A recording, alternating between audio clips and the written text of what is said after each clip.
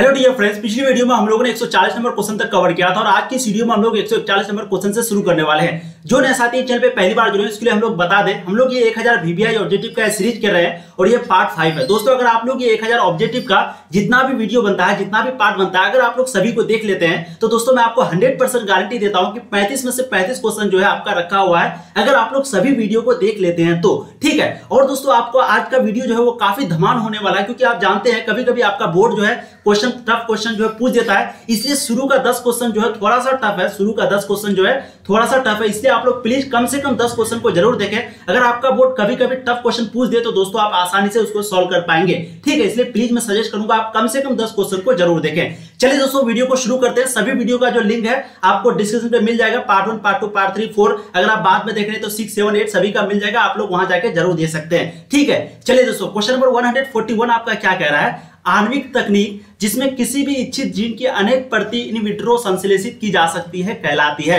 यानी कि वह तकनीक बताइए, वह आणविक तकनीक जिसमें किसी भी इच्छित जीन की अनेक प्रति इन विट्रो संश्लेषित की जा सकती है, वह तकनीक क्या कहलाती है? तो दोस्तों इसका जो राइट आंसर हो जाएगा वो हो जाएगा PCR, यानी कि ऑप्शन बी। ये सब क्वेश्चन आपको कोई नहीं कराएगा दोस्तों, इसलिए प्लीज आप नोट कर लीजिए। अगर जो क्वेश्चन आपसे सॉल्व नहीं हो तो प्लीज आप उसको स्क्रीनशॉट ले लीजिए या फिर नोट अभी कर लीजिए, ठीक है, वीडियो को पॉज करके। चलिए दोस्तों, नेक्स्ट क्वेश्चन देखते हैं। क्वेश्चन नंबर आपका 142, जीवाणु की कोशिका भित्ति को तोड़कर उसके DNA एवं अन्य विरुद्ध जैव अणुओं को मुक्त करने हेतु इनमें से कौन एंजाइम प्रयुक्त होता है? यानी कि पूछ रहा है कि अगर हम लोग जीवाणु की कोशिका भित्ति को तोड़ देंगे और उसके DNA एवं अन्य विरुद्ध जैव अणुओं को मुक्त करने के लिए हम लोगों को कौन सा एंजाइम की जरूरत पड़ेगी, ठीक है, ये आपको क्वेश्चन पूछ रहा है। तो दोस्तों इसका जो राइट आंसर हो जाएगा वो हो जाएगा लाइसोजाइम, यानी कि ऑप्शन ए। क्या हो जाएगा? लाइसोजाइम। कम से कम आप 10 क्वेश्चन को देखें, उसके बाद थोड़ा सा इजी क्वेश्चन है, अगर नहीं भी देखेंगे तो चलेगा, लेकिन ये 10 क्वेश्चन को देखें, थोड़ा सा टफ क्वेश्चन है, ठीक है। चलिए अब देखते हैं नेक्स्ट क्वेश्चन। क्वेश्चन आपका 143, मानव जीनोम प्रोजेक्ट की खोज किसने की थी?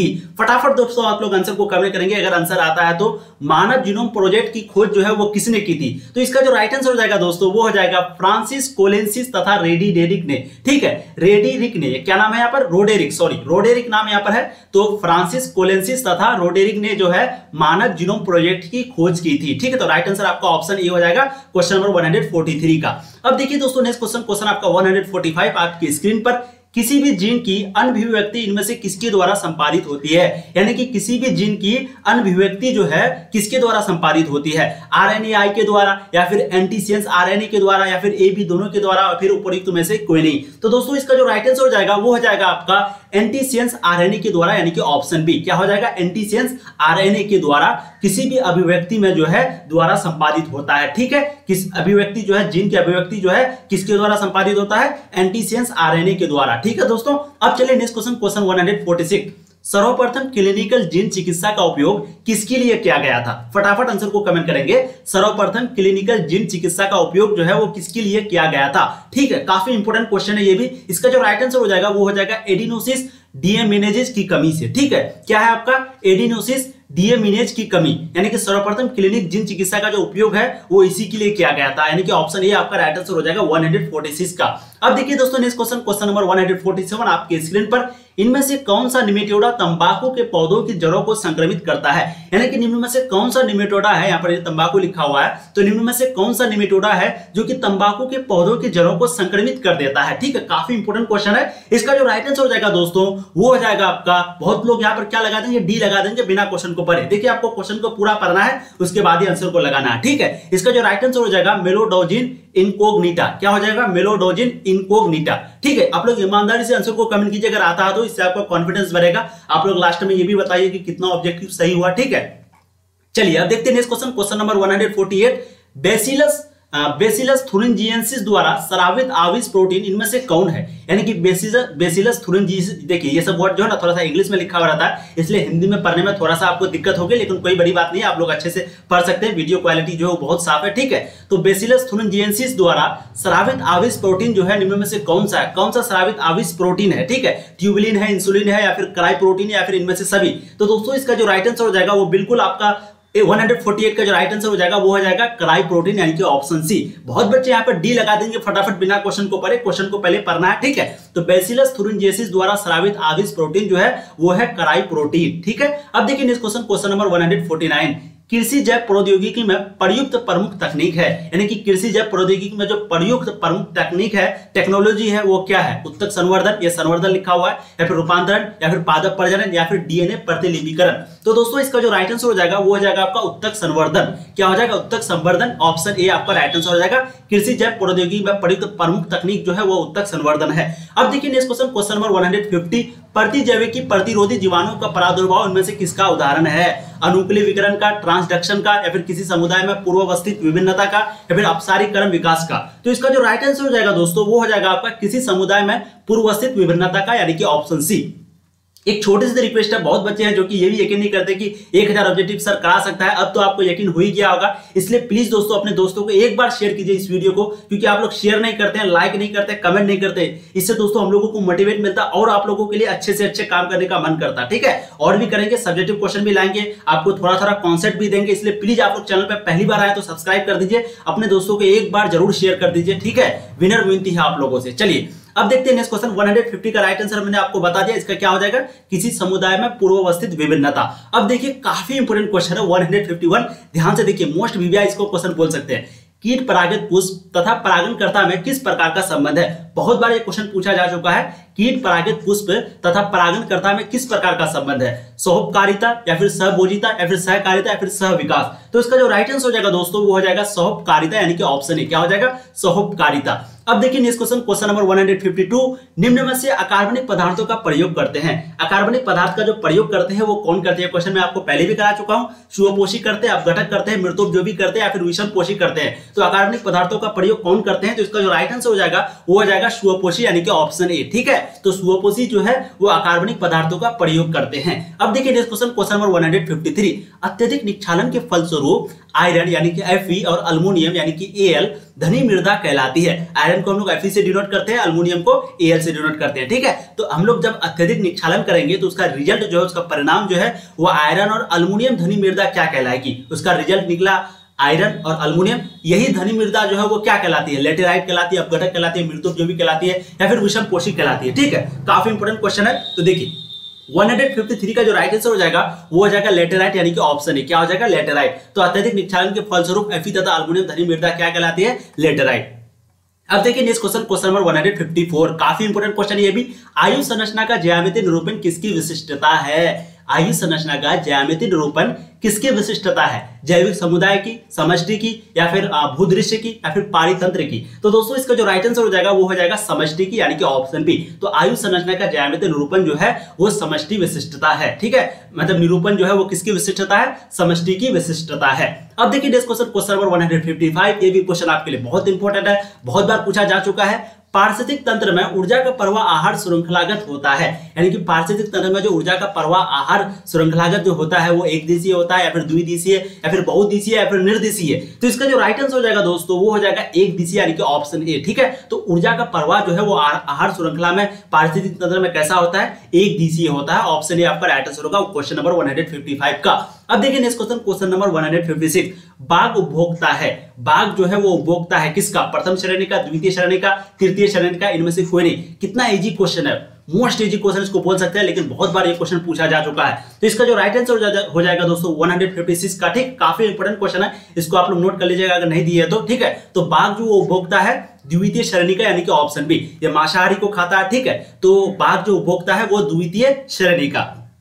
चलिए क्वेश्चन नंबर 156 क्लियर हो गया। आप देखिए नेक्स्ट क्वेश्चन, क्वेश्चन नंबर 157, तालाब द्वारा निरूपित पारिस्थितिक तंत्र है। लेंटिन है, लोटिक है, जरिक है, या फिर वेंदिक है। तो तालाब द्वारा निरूपित पारिस्थितिक तंत्र जो है वो क्या है? तो क्वेश्चन नंबर 157 का जो राइट आंसर हो जाएगा वो हो जाएगा लेंटिक, यानी कि ऑप्शन ए। ठीक है, तो तालाब द्वारा निरूपित पारिस्थितिक तंत्र है लेंटिक। लेंटिक जो है वो तालाब द्वारा निरूपित पारिस्थितिक तंत्र है। आपको यही पे क्वेश्चन को याद हो जाना चाहिए, इसलिए मैं 2-3 बार रिपीट कर देता हूं। अब देखिए नेक्स्ट क्वेश्चन, क्वेश्चन नंबर 158, समुद्र तल पर रहने वाले जंतु कहलाते हैं। लेंटिक कहलाते हैं, पेलाजिक कहलाते हैं, या फिर वेंदिक कहलाते हैं, या फिर लोटिक कहलाते हैं। तो समुद्र तल पर जो रहने वाले जंतु है वो क्या कहलाते हैं? इसका जो राइट आंसर हो जाएगा दोस्तों वो हो जाएगा वेंदिक, यानी कि ऑप्शन सी। तो समुद्र तल पर रहने वाले जंतु क्या कहलाते हैं? वेंदिक कहलाते हैं। अब देखिए नेक्स्ट क्वेश्चन, क्वेश्चन नंबर 159, वायुमंडलीय आर्द्रता को किससे मापा जाता है? ऑक्सीनोमीटर से, हाइग्रोमीटर से, फोटोमीटर से या फिर पोटोमीटर से, ठीक है, पोटोमीटर से। तो वायुमंडलीय आर्द्रता को जो है वो किससे मापा जाता है? तो इसका जो राइट आंसर हो जाएगा दोस्तों वो हो जाएगा हाइग्रोमीटर से, यानी कि ऑप्शन बी। क्या हो जाएगा? हाइग्रोमीटर से। तो वायुमंडलीय आर्द्रता को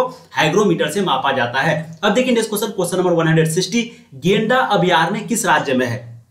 एक बार चेक कर लेते हैं आप लोगों को तो वॉइस क्लियर आ रही है कि नहीं, क्योंकि कभी कभी नहीं आती है, वीडियो बन जाता है पूरा फिर भी नहीं आती। ठीक है, क्लियर है। गेंडा अभयारण्य किस राज्य में है? असम में है, बंगाल में है, उत्तर प्रदेश में, बिहार में। ये जो गेंडा अभयारण्य है वो किस राज्य में है? तो इसका जो राइट आंसर हो जाएगा दोस्तों वो हो जाएगा असम में, यानी कि ऑप्शन ए। ठीक है, तो गेंडा अभयारण्य जो है वो असम राज्य में है। अब देखिए नेक्स्ट क्वेश्चन, क्वेश्चन नंबर 161, विश्व में पाए जाने वाले जैव विविधता हॉटस्पॉट की संख्या इनमें से कौन सी है? विश्व में पाए जाने वाले जैव विविधता हॉटस्पॉट की संख्या जो है इनमें से कौन सी है? 25, 9, 34। तो बताएंगे जैव विविधता हॉटस्पॉट की संख्या कितनी है, कौन सी है, कितनी है, वही क्वेश्चन है। तो इसका जो राइट आंसर हो जाएगा दोस्तों वो हो जाएगा आपका 34, यानी कि ऑप्शन सी। क्या हो जाएगा? 34। चलिए अब देखते हैं नेक्स्ट क्वेश्चन, क्वेश्चन हो जाएगा आपका कितना? 162। वन्य जीव संरक्षण अधिनियम प्रस्तुत किया गया था। कब किया गया था? ये वन्य संरक्षण अधिनियम जो है वो कब प्रस्तुत किया गया था? 1972 में, 1981 में, 1986 में या फिर 1991 में? तो दोस्तों इसका जो राइट आंसर हो जाएगा वो हो जाएगा 1972 में, यानी कि ऑप्शन ए। ठीक है, तो वन्य संरक्षण अधिनियम जो है वो 1972 ईस्वी में प्रस्तुत किया गया था। अब देखिए next question, question number 163, Bharat का राष्ट्रीय पक्षी है। हम लोग सबको जानते हैं भारत का राष्ट्रीय पक्षी मोर है, या फिर इंग्लिश में बोलते हैं पीकॉक। लेकिन यहाँ पर आपको दूसरा लैंग्वेज में देना है, बायोलॉजी की भाषा में आपको आंसर देना है। तो इसका जो राइट आंसर हो जाएगा दोस्तों वो हो जाएगा पैवोक्रिस्टेसस। क्या हो जाएगा? पैवोक्रिस्टेसस। फ्लेमिंगो भी नहीं होगा, कोलंबिया लिबिया भी नहीं होगा, सिटेकुला भी नहीं होगा। अब हम लोग जानते हैं पीकॉक, इसको पै भी कभी कभी गलती से पढ़ देंगे, और यहाँ पर पै जो है यहाँ पर ऑप्शन ए में आपका लिखा हुआ। ठीक है, ये याद रखने का तरीका है। तो भारत का राष्ट्रीय पक्षी जो है वो पैवोक्रिस्टेसस है। ठीक है, अब देखिए नेक्स्ट क्वेश्चन, क्वेश्चन नंबर 164, निम्न में से किस राष्ट्रीय पार्क में चीता निवास नहीं करता है? ये क्वेश्चन भी बहुत बार पूछा जा चुका है। बताएंगे चीता जो है वो किस राष्ट्रीय पार्क में, किस नेशनल पार्क में नहीं प्रवेश करता, नहीं निवास करता, नहीं रहता है? जिम कॉर्बेट में, रणथंभौर में, या फिर सुंदरवन में, या फिर गिर में? थोड़ा सा बैकग्राउंड नॉइज कभी कभी आ रहा होगा, बट आप लोग यहाँ पर ध्यान दीजिए। तो इसका जो राइट आंसर हो जाएगा वो हो जाएगा दोस्तों गिर में। ठीक है, तो गिर जो राष्ट्रीय पार्क है, यानी कि नेशनल जो पार्क है, वहां पर चीता जो है प्रवेश नहीं करता है। अब देखिए नेक्स्ट क्वेश्चन, क्वेश्चन नंबर 165, प्रकाश रासायनिक धूमकोहरा में इनमें से किससे बनता है? यानी कि प्रकाश रासायनिक धूमकोहरा जो है निम्न में से किससे बनता है? सल्फर डाइऑक्साइड और पेन एवं धुआं से, ओजोन पेन एवं नाइट्रोजन डाइऑक्साइड से, ओजोन सल्फर डाइऑक्साइड एवं हाइड्रोजन कार्बन से, या फिर सल्फर डाइऑक्साइड कार्बन डाइऑक्साइड या फिर हाइड्रोकार्बन से? अब ये सल्फर डाइऑक्साइड जो है ये कभी कभी आपको SO2 दे देगा, धुआं के बारे में धुआं ही लिखेगा। ठीक है, ओजोन जो है कभी कभी आपको O3 दे देगा। ये चीज को आपको जो है ध्यान में रखना। ठीक है, तो इसका जो राइट आंसर हो जाएगा दोस्तों वो हो जाएगा आपका ऑप्शन बी, ओजोन, यानी कि O3, पेन एवं नाइट्रोजन। ठीक है, N2 नाइट्रोजन डाइऑक्साइड यानी कि NO2। तो इस तरह से कभी कभी ऑप्शन आपको दे देता है, लेकिन राइट आंसर जो है वो आपका ऑप्शन बी हो जाएगा। तो प्रकाश रासायनिक धूमकोहरा इनमें से किससे बनता है? ओजोन से, पेन एवं नाइट्रोजन डाइऑक्साइड से। ठीक है, अब देखिए नेक्स्ट क्वेश्चन, क्वेश्चन आपका 166 आपके स्क्रीन पर, वायुमंडल के निचले भाग से शिखर तक वायु स्तंभ, जिसको हम लोग बोलते हैं कॉलम में, ओजोन की जो मोटाई है वो किस इकाई में मापी जाती है? यानी कि वायुमंडल का एक निचले भाग से लेकर के शिखर तक वायु स्तंभ, जिसको हम लोग बोलते हैं कॉलम, यानी कि कॉलम में जो ओजोन होता है उसकी मोटाई जो है हम लोग किस इकाई में मापते हैं? पास्कल इकाई में, मतलब कि डाप्सन इकाई में, अरब इकाई में, पास्कल इकाई में, या फिर इनमें से कोई नहीं? तो इसका जो राइट आंसर हो जाएगा दोस्तों वो हो जाएगा आपका डाप्सन इकाई, यानी कि ऑप्शन ए। ठीक है, तो वायुमंडल के निचले भाग से लेकर के शिखर तक जो हम लोग वायु स्तंभ यानी कि ओजोन की जो मोटाई को मापते हैं वो डाप्सन इकाई से मापते हैं। अब देखिए नेक्स्ट क्वेश्चन, क्वेश्चन नंबर 167, इनमें से कौन सी ग्रीन हाउस गैस है? मीथेन यानी कि CH4, या फिर कार्बन डाइऑक्साइड यानी कि CO2, या फिर क्लोरोफ्लोरोकार्बन यानी कि CFC? तो ऑप्शन जो है आपको ऐसे भी दे सकता है या फिर ऐसे भी दे सकता है। तो बताएंगे कौन सी ग्रीन हाउस गैस है? मीथेन है, कार्बन डाइऑक्साइड है, या फिर क्लोरोफ्लोरोकार्बन है? तो इसका जो राइट आंसर हो जाएगा दोस्तों वो हो जाएगा आपका ऑप्शन डी, इनमें से सभी। ठीक है, तो ग्रीन हाउस जो मीथेन भी है, कार्बन डाइऑक्साइड भी है, क्लोरोफ्लोरोकार्बन। ये बहुत इजी क्वेश्चन है, बहुत बार ये क्वेश्चन रिपीट किया गया आपके बोर्ड एग्जाम में। अब देखिए next question, question number 168, Kyoto protocol जो है वो किससे संबंधित है? ओजोन क्षय से, हरितगृह प्रभाव से, जल प्रदूषण से, या फिर वन्य जीवन का संरक्षण से? ये जो क्योटो प्रोटोकॉल है वो किससे संबंधित है? इसका जो राइट आंसर हो जाएगा दोस्तों वो हो जाएगा आपका हरितगृह प्रभाव से, यानी कि ऑप्शन बी। ठीक है, तो क्योटो प्रोटोकॉल जो है वो किससे संबंधित है? हरितगृह प्रभाव से। ये भी क्वेश्चन को याद रखें कि ये भी क्वेश्चन आपका बहुत बार बोर्ड एग्जाम में पूछा जा चुका है। लगभग जितना भी क्वेश्चन आपको करा रहे हैं ये सभी क्वेश्चन आपके लिए काफी इंपॉर्टेंट है, इसलिए प्लीज मैं आपको सजेस्ट करूंगा पूरा वीडियो को देखा कीजिए। जब भी देखा कीजिए, तो बहुत बच्चे हैं जो कि शुरू में ही वीडियो को छोड़ देते हैं, नहीं छोड़ना है। 20 मिनट या फिर ज्यादा से ज्यादा मैं छोटा ही वीडियो बनाने का कोशिश करता हूं, मैं आप ज्यादा बोलता भी नहीं हूं। 20 मिनट 15 मिनट वीडियो को बनाने की कोशिश करता हूं ताकि आपका टाइम जो है ज्यादा ना बर्बाद हो, क्योंकि टाइम बहुत बलवान होता है, टाइम बहुत कीमती होता है दोस्तों। ठीक है, चलिए अब देखते हैं नेक्स्ट क्वेश्चन, क्वेश्चन नंबर 169, निम्न में से कौन सा रासायनिक पदार्थ ओजोन के परत पर असर डालता है? क्लोरोफ्लोरोकार्बन, फिर से CFC, या फिर क्लोरीन Cl2, या फिर हेक्सोफ्लोरोकार्बन, या फिर मोलिकुलर कार्बन। तो बताएंगे कौन सा रासायनिक पदार्थ जो है वो ओजोन के परत पर असर डालता है। ये क्वेश्चन बहुत बार कराया गया है, 10th क्लास में भी आप लोग पढ़े होंगे, ठीक है। इसको जो राइट आंसर है वो बिल्कुल आपका CFC हो जाएगा, यानी कि क्लोरोफ्लोरोकार्बन। क्या हो जाएगा? ऑप्शन है CFC। तो कौन सा रासायनिक पदार्थ ओजोन के परत पर असर डालता है? क्लोरोफ्लोरोकार्बन। ये फ्रिज से निकलता है, AC से निकलता है ये गैस, ठीक है। अब देखिए नेक्स्ट क्वेश्चन, क्वेश्चन नंबर 170, जब नर और मादा गैमीट में युग्मन होता है तब यह क्या कहलाता है? यानी कि जब नर और मादा जो है वो गैमीट में युग्मन होता है तो वो क्या कहलाता है? लैंगिक जनन, लैंगिक जनन।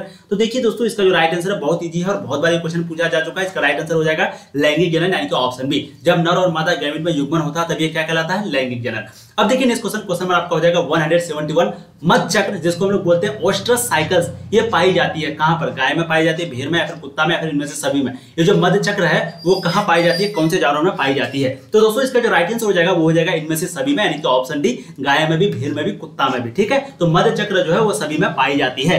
अब देखिए नेक्स्ट क्वेश्चन, क्वेश्चन नंबर 172, उच्च श्रेणी के पौधे में निषेचन होता है, बाह्य निषेचन होता है, आंतरिक निषेचन होता है, या फिर जल में निषेचन होता है, फिर हवा में? तो बताएंगे उच्च श्रेणी के पौधे में जो है वो निषेचन होता है, वो कैसा निषेचन होता है? तो इसका जो राइट आंसर हो जाएगा दोस्तों वो हो जाएगा आंतरिक निषेचन, यानी कि ऑप्शन बी, ठीक है। तो उच्च श्रेणी के पौधे में निषेचन जो है वह आंतरिक निषेचन होता है। अब देखिए नेक्स्ट क्वेश्चन, क्वेश्चन नंबर 173, शल्ककंद बल्ब का उदाहरण है अदरक, दूब घास, प्याज, या फिर आलू? तो शल्ककंद बल्ब का जो उदाहरण है वो क्या है? तो इसका जो राइट आंसर हो जाएगा दोस्तों वो हो जाएगा प्याज, यानी कि ऑप्शन सी, ठीक है। तो शल्ककंद का उदाहरण है प्याज। अब देखिए नेक्स्ट क्वेश्चन, क्वेश्चन नंबर 174, स्तनधारियों में निषेचन कहां होता है? अंडाशय में, वसीय भाग में, गर्भाशय में, या फिर फैलोपियन नली में? तो इसका जो राइट आंसर हो जाएगा दोस्तों वो हो जाएगा फैलोपियन नली में, यानी कि ऑप्शन डी, ठीक है। तो स्तनधारियों में निषेचन कहां पर होता है? फैलोपियन नली में। ये सभी क्वेश्चन मैं आपको करा चुका हूं। अब देखिए नेक्स्ट क्वेश्चन, क्वेश्चन नंबर 175, यहाँ पर है द्विबीजपत्री पौधे के सामान्य भ्रूणकोश में केंद्रकों की क्या व्यवस्था होती है? फटाफट, 2+4+2, 3+2+3, 2+3+3, 3+3+2, ठीक है। तो 175 का जो राइट आंसर हो जाएगा दोस्तों वो हो जाएगा 3+2+3, यानी कि ऑप्शन बी। तो द्विबीजपत्री पौधों के जो सामान्य भ्रूणकोश में केंद्रकों की जो व्यवस्था है वो कुछ इस प्रकार होती है, 3+2+3, ठीक है। चलिए दोस्तों, तो आज हम लोग जो है कितना क्वेश्चन तक कवर कर लिया है? 175, ठीक है दोस्तों। आज हम लोग, यानी कि आज ये पार्ट 5 था, इससे पहले हम लोगों ने पार्ट 4 तक कवर कर लिया है। जो भी बच्चे नहीं देख रहे तो प्लीज आप लोग पहले चारों पार्ट को देख लीजिए, उसके बाद वाला भी पार्ट को देख लीजिए। अगर आप लोग बाद में ये वीडियो देख रहे हैं तो उसका लिंक मैं आपको डिस्क्रिप्शन पे डाल दूंगा, आपको कहीं पे नहीं ढूंढना है, वीडियो के नीचे डिस्क्रिप्शन होता है, वहीं पे पार्ट 1, पार्ट 2, पार्ट 3 करके लिंक जो है सारा चीज का डाला हुआ है, ठीक है, बायोलॉजी का। और ये हम लोग आज जो है 175 नंबर क्वेश्चन तक कवर किए हैं। नेक्स्ट वीडियो में हम लोग 176 नंबर क्वेश्चन से शुरू करेंगे, ठीक है। तो आपको बता दें हम लोग ये 1000 VBI ऑब्जेक्टिव का सीरीज कर रहे हैं और आज का ये पार्ट 5 जो है वो खत्म हो चुका है। बहुत जल्द 16-17 दिन के अंदर आपका 1000 ऑब्जेक्टिव जो है वो सॉल्व हो जाएगा और आपको मजा आ जाएगा। 35 में से 35 क्वेश्चन आपका रखा हुआ रहेगा अगर आप लोग ये सभी को वीडियो को देख लेते हैं तो। अगर याद नहीं रहता तो दोबारा देख लीजिएगा, ठीक है। चलिए दोस्तों, फिर मिलेंगे नया वीडियो में। आप लोग एक बार जम करके शेयर कर देंगे अपने दोस्तों को। वीडियो एंड होने जा रही है, अपने दोस्तों को एक बार प्लीज आप लोगों से विनर विनती है, आग्रह है कि एक बार जरूर शेयर करिए, वीडियो को लाइक करें, चैनल पे पहली बार आए चैनल को सब्सक्राइब करें। फिर मिलेंगे नया वीडियो में, तब तक के लिए जय हिंद। आप लोग पढ़ाई करते रहिए। All the very